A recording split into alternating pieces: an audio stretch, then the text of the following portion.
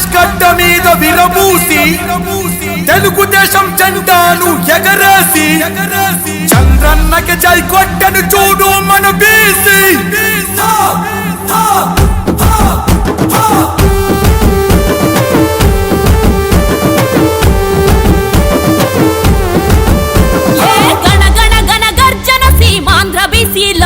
మేమగ్గి మీద గుగ్గిలౌల మండే బిసిలం ఏ జన జన జన జన కరి పోరు బిసిలం మేం పరుగెత్తే పసుపు జెండ పచ్చ దళాలం బీసీ బిడ్డలకు పెళ్లి కానుక ఆదరణ పథకాలతో ఇచ్చి చేయుతా మహాత్మా పూలే ఆశయ సాధనకై అదిగా ముఖ్యమంత్రి అడుగేసి నాడే నినదిస్తాం కదిలొస్తాం 120 పైగా బీసీ కులాలం ఒక్కటయ్యి సునామీలా మేము దూకుతాం మాట మీద నిలబడేటి నిప్పు కనికలం ముఖ్యమంత్రి అడుగులో అడుగేసి కదులుతాం గణ గణ గణ గర్జన సీమాంధ్ర బీసీలో మేమగ్గి మీద గుగ్గిలౌల మండే బీసీలో జన జన జన కరి పోరు బీసీలో మేం పరుగెత్తే పసుపు జెండ పచ్చ దళాలో.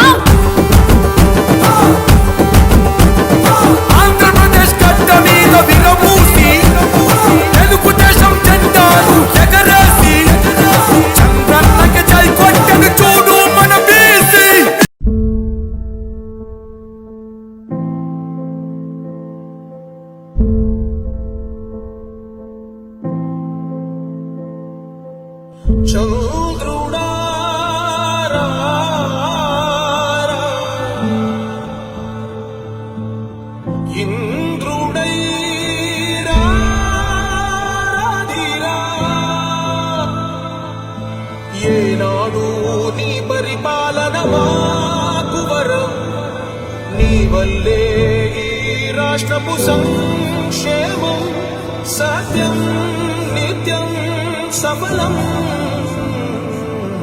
జనగణ మంగళ గాయకుడా ఘనమగు చరితల నాయకుడా పలుతరములు మము పరిపాలించర స్వామికుడా నవయుగ మేధో సైనికుడా సమయము తెలియని సేవకుడా యువ నవ్యాంధ్రకు ప్రగతిని చూపర సాధకుడా వైతాళికుడా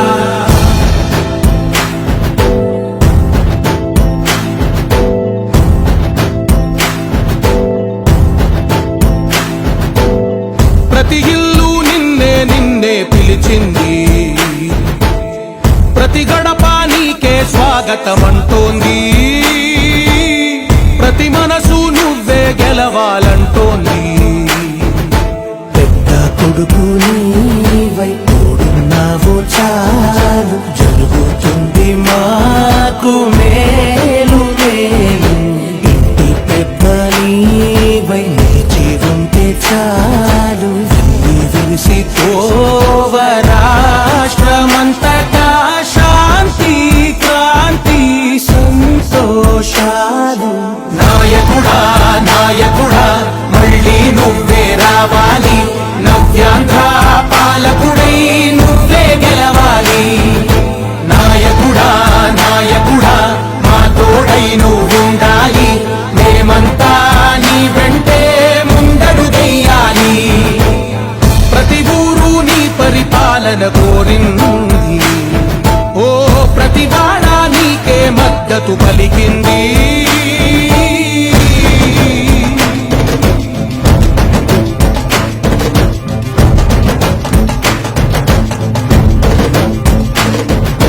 విధిలేక ఏ నిధిలేక విడిగా కదిలిన రాష్ట్రాన్ని శూన్యం నుంచి సౌభాగ్యానికి నువ్వే మార్చావు మహాత్మ గౌరవ గీతికవై మా జాతి పౌరుష దీపికవై నవ్యాంధ్ర జనతా సారథివై నడిచావు నడిపావు మా బంగారు కవితనుపై మా రానున్న చరితనుపై మా ప్రియతమ నేతనుపై పిలిచావు గెలిచావు సగమున ఆగిన ఉన్నతి కోసం ఆంధ్రుల కల అమరావతి కోసం ఓలవరం సాకారము చేయగా పొంగిపోతా ఉంది ఆవేదన ఉందండి ప్రతిపాదించగరేపటి దారికి దీపము నీవై రాష్ట్రము నేలగరావా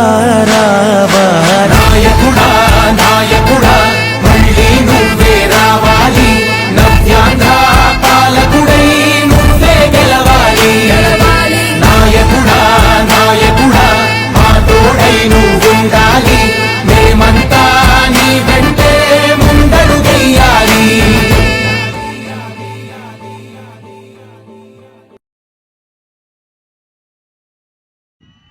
నేను అడుగుతున్నా మనం అరకు కాఫీని ప్రమోట్ చేస్తే ఈరోజు వైసీపీ గవర్నమెంట్ గంజాయిని ప్రమోట్ చేస్తా ఉంది.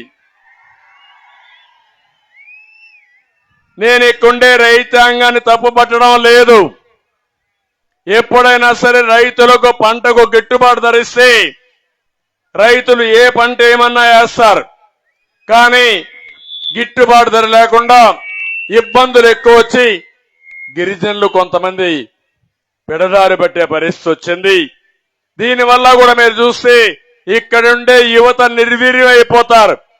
నేను చూసినప్పుడు ఎక్కడ చూసినా యువతే కనపడ్డారు నాకు.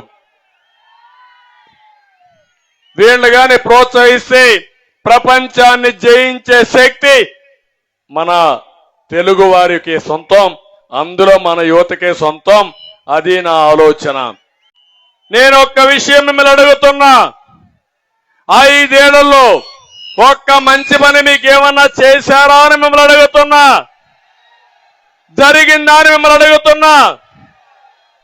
అందరికీ ఇచ్చినట్టు బటన్ నొక్కతానంటాడు తప్ప మా గిరిజనులకు నొక్కింది ఏమీ లేదు. ఈరోజు మీరు చూడండి, 16 పథకాలు గిరిజనుల కోసం ప్రత్యేకంగా పెట్టిన పథకాలని రద్దు చేసిన వ్యక్తి ఈ జగన్మోహన్ రెడ్డి. అయినా నా ఎస్టీలు అంటాడు. మాటలు మాత్రం కోటలు దాటుతాయి, చేష్టలు మాత్రం గడప కూడా దాటవు.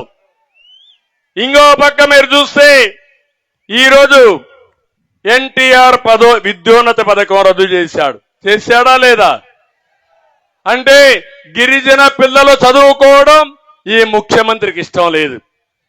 అదే ఆ రోజు మీరు చూస్తే నేను ఒకటే ఆలోచించాం, ఎక్కడైతే ట్రైబల్ వెల్ఫేర్ ఉందో, మీ స్కూల్స్ ఉన్నాయో, ఆ పిల్లల్ని ప్రత్యేకంగా చదివించి ఐఏఎస్ ఐపీఎస్ కూడా కోచింగ్ ఇప్పించి, ఇంకో పక్క ఐఐటి ఐఎం కోచింగ్ ఇప్పించి మిమ్మల్ని ముందుకు తీసుకుపోయేలా చేశాం. అది పోయింది విదేశాలకి. గిరిజన పిల్లలు ప్రపంచంలో ఎక్కడ చదువుకోవాలన్నా మీకు స్కాలర్షిప్లు ఇచ్చిన పార్టీ తెలుగుదేశం పార్టీ, అది కూడా తీసేశారు ఈరోజు. ఇంకో పక్క నైపుణ్యం కోసం శిక్షణా కేంద్రాలు పెడితే అవి తీసేసే పరిస్థితికి వచ్చారు. మా ఆడబిడ్డలు పెళ్లిళ్లు చేయాలంటే డబ్బులు లేకుండా అవస్థపడతా ఉంటే నేను ఒకటే ఆలోచించాను, గిరిపుత్రిక కళ్యాణ పథకం తీసుకొచ్చాను. వస్తామందా ఈరోజు? అది ఇస్తున్నారమ్మా మీకు? అది కూడా రద్దు చేసే పరిస్థితికి వచ్చారు.